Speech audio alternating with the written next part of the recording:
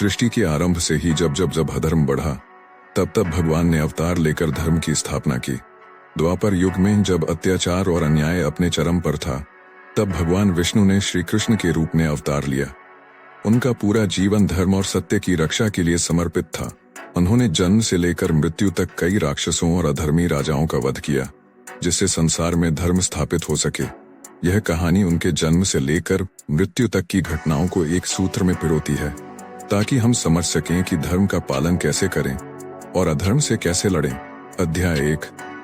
श्री कृष्ण का जन्म और बाल्यकाल में राक्षसों का वध, मथुरा में अधर्म का अत्याचार। मथुरा का राजा कंस अपनी बहन देवकी के 8वें पुत्र से भयभीत था, क्योंकि भविष्यवाणी हुई थी कि वही उसका वध करेगा।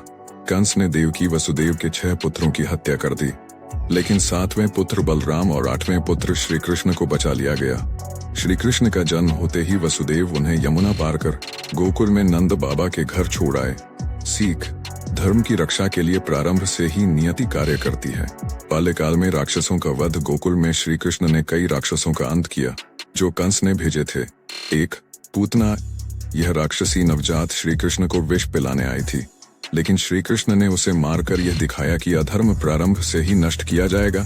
2. शक्टासुर: एक रथ के रूप में आया राक्षस, जिसे बालक कृष्ण ने लात मारकर नष्ट कर दिया।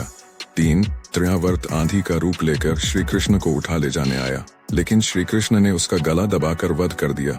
4. बकासुर: एक विशाल बगुले के रूप में आया, लेकिन श्री कृष्ण ने उसकी चोंच तोड़कर उसका अंत कर दिया।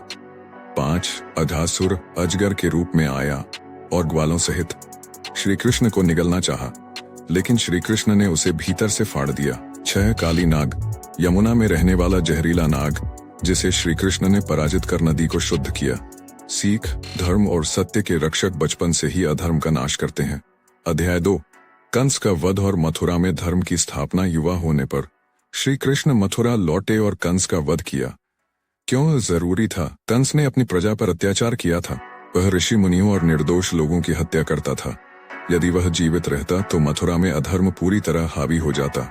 सीख: अत्याचारी का अंत निश्चित होता है, चाहे वह कितना भी बलवान क्यों न हो। अध्याय 3।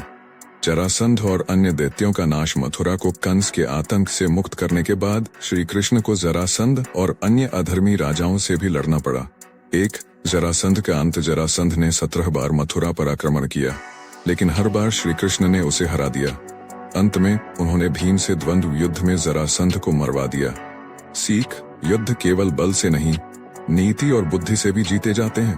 तो नरकासुर का अंत। यह असुर 100 कन्याओं को बंदी बनाकर रखे था। श्री कृष्ण ने उसका वध कर उन कन्याओं को सम्मान दिलाया। सीख: सच्चा धर्म स्त्रियों की रक्षा और सम्मान करना सिखाता है। अध्याय 4। महाभारत और धर्म युद्ध। महाभारत के युद्ध में श्री कृष्ण ने धर्म की रक्षा के लिए कई महत्वपूर्ण निर्णय लिए।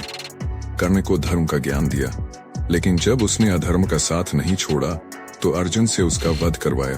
दुर्योधन के अहंकार को खत्म करने के लिए भीम से गदा युद्ध में उसका अंत करवाया। शिखंडी की सहायता से भीष्म पितामह का वध करवाया, क्योंकि वे अधर्म का समर्थन कर रहे थे। धर्मराज युधिष्ठिर को राजा बनवाकर धर्म की पुनः स्थापना की। सीख: अधर्मी कितना भी शक्तिशाली क्यों न हो, उसका अंत निश्चित होता है। अध्याय 5। अंतिम समय और गीता का संदेश। युद्ध के बाद श्री कृष्ण ने अर्जुन को गीता का उपदेश दिया, जो हर मनुष्य के लिए जीवन का मार्गदर्शन है। कर्म करो, फल की चिंता मत करो। अधर्म के खिलाफ खड़े रहो, चाहे दुनिया तुम्हारे खिलाफ हो। मनुष्य को अपने कर्तव्य के प्रति समर्पित रहना चाहिए। श्री कृष्ण की मृत्यु और अंतिम शिक्षा। अंततः जब उनका कार्य पूरा हो गया तो एक शिकारी के तीर से उनके शरीर का अंत हुआ। सीख: हर मनुष्य को अपने कर्तव्यों को पूरा कर नश्वर शरीर को त्यागना पड़ता है। जीवन में हमेशा सत्य, कर्तव्य और धर्म के मार्ग पर चलना चाहिए। निष्कर्ष: श्री कृष्ण की प्रेरणादायक कथा। श्री कृष्ण का जीवन हमें यह सिखाता है कि 1. धर्म की रक्षा के लिए कठिन निर्णय लेने पड़ते हैं। 2. सत्य और न्याय के लिए लड़ना हर व्यक्ति का कर्तव्य है। 3. मनुष्य को अपनी शक्ति, बुद्धि और नीति का सही उपयोग करना चाहिए। 4. अधर्मी कितना भी बलवान हो, उसका नाश निश्चित है। अंतिम संदेश: यदा यदा हि धर्मस्य ग्लानिर्भवति भारत, अभ्युत्थानमधर्मस्य तदात्मानं सृजाम्यहम्।